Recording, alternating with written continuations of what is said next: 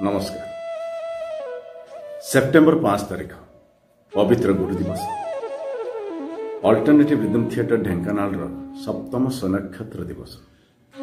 अनुष्ठान मुख्य विशिष्ट नाट्यकार निर्देशक और अभिनेता भाई दिनेश दास एवं अनुष्ठान समस्त कलाकार मान मोर हार्दिक अभिनंदन। अल्टरनेटिव रिदम थिएटर ये अनुष्ठान नामकरण ही ये अनुष्ठान यूनिकनेस को दर्शाए। जीवन एक रिदम थाए। जीवन माने ही रिदम बोली मध्य कह जाई पारे।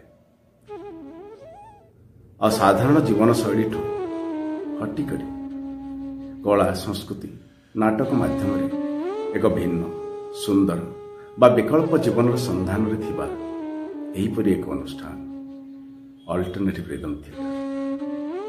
आउ थरे अनेक शुभेच्छा।